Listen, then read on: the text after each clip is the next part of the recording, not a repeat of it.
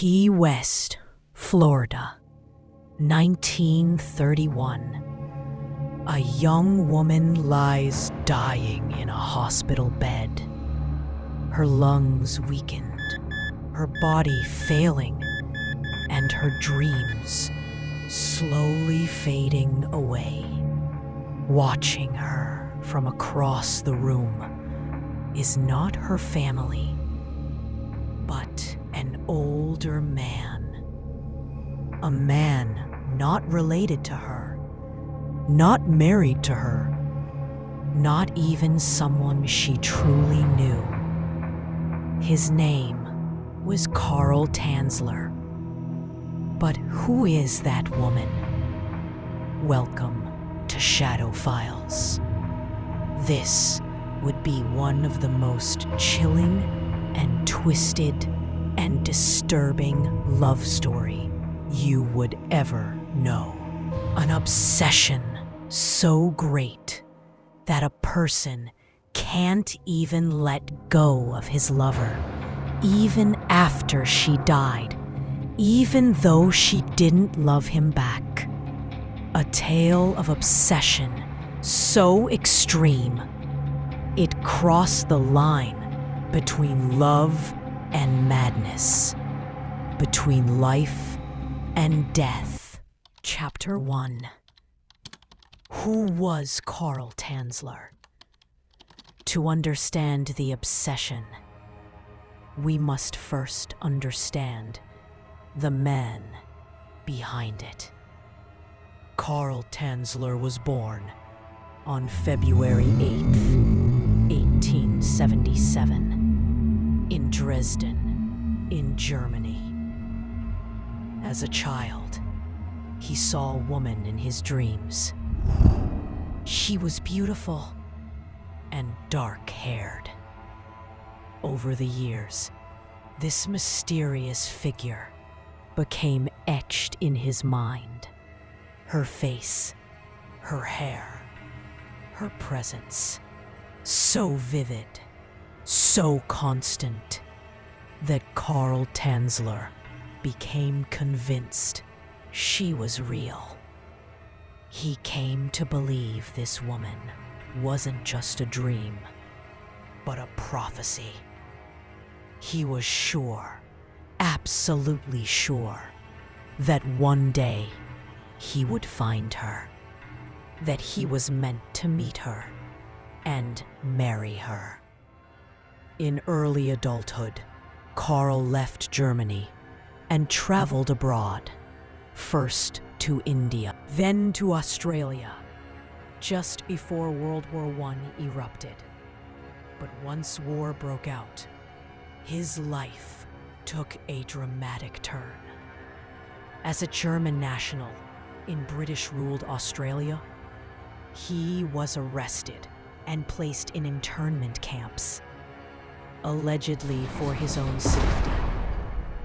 Locked away with other Germans for the duration of the war, Carl tried to escape, constructing a ship vessel in a desperate attempt at freedom.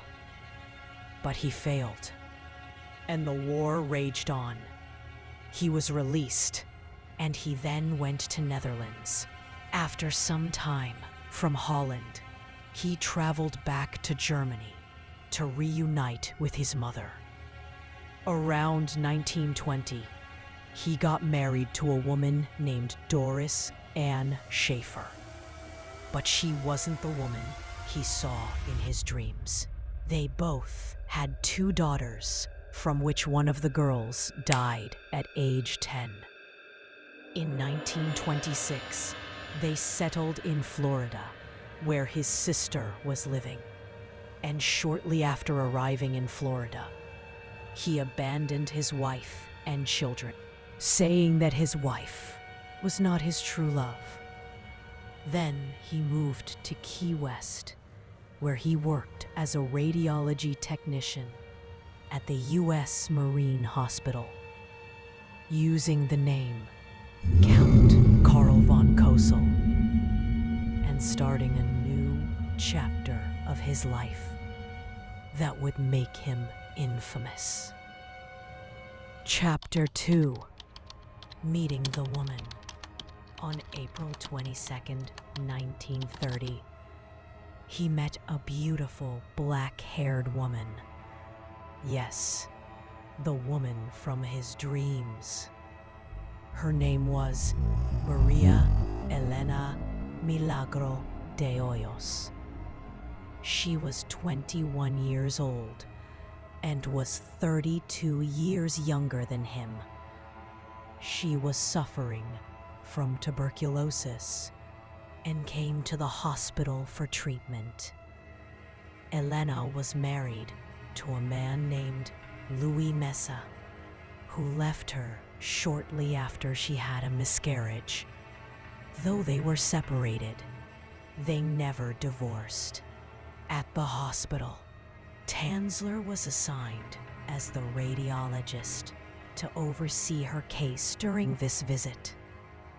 Tanzler recognized her as the woman from his dreams, the one that he thought of as his soulmate. Tanzler would bring multiple gifts for her, including jewelry, clothing, etc., and have even professed his love to her. But Elena didn't seem to return any of it. Tanzler attempted to cure Elena with a variety of treatments and remedies, but he failed, and she died on October 25th, 1931. But did she really die of tuberculosis?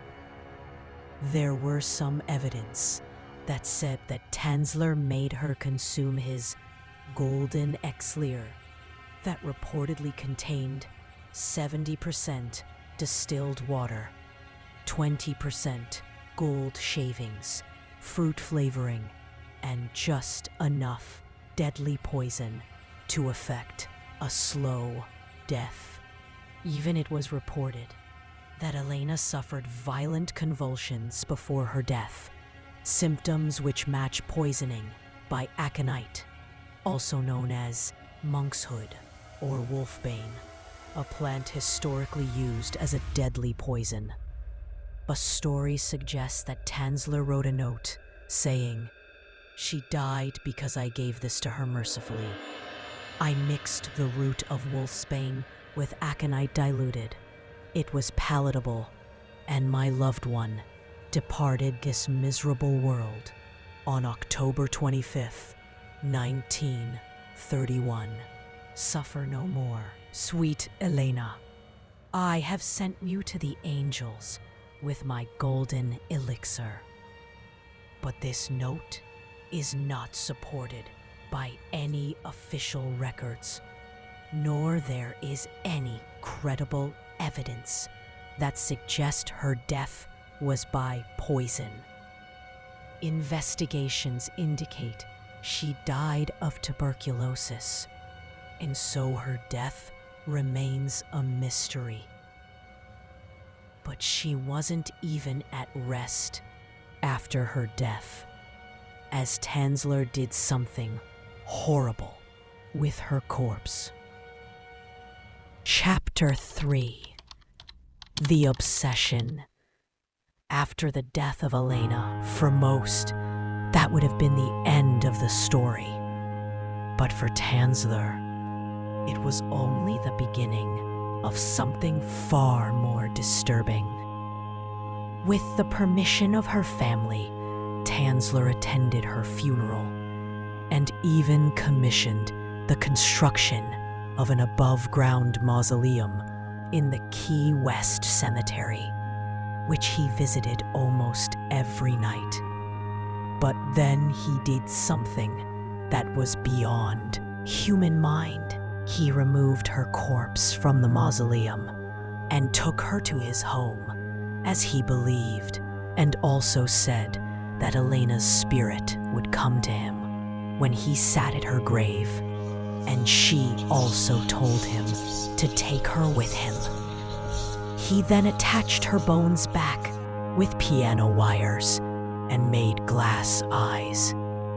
As her skin started decomposing, he replace it with silk cloth soaked in plaster of Paris. Her scalp started decomposing, and her hair fell. He made a wig from her hair. He even filled her abdomen and chest cavity with rags to keep her original form. He dressed her corpse in stockings, jewelry, and kept her body in his bed. To mask the odor of the decaying body, he used a lot of perfume, preserving agents, and disinfectants. He even added a vaginal tube for sexual intercourse. Elena's body didn't even rest after she was dead. Chapter 4. Carl Tanzler exposed. There were rumors in neighborhood that Tanzler is sleeping with the dead body of Elena. Some even said that they saw Tanzler dancing with her corpse in front of an open window. After hearing these rumors, Elena's sister Florinda confronted Tanzler on October 1940 and found out her sister's corpse in his bedroom nearly 7 years later, her death. Florinda then notified the authorities and got Tanzler arrested.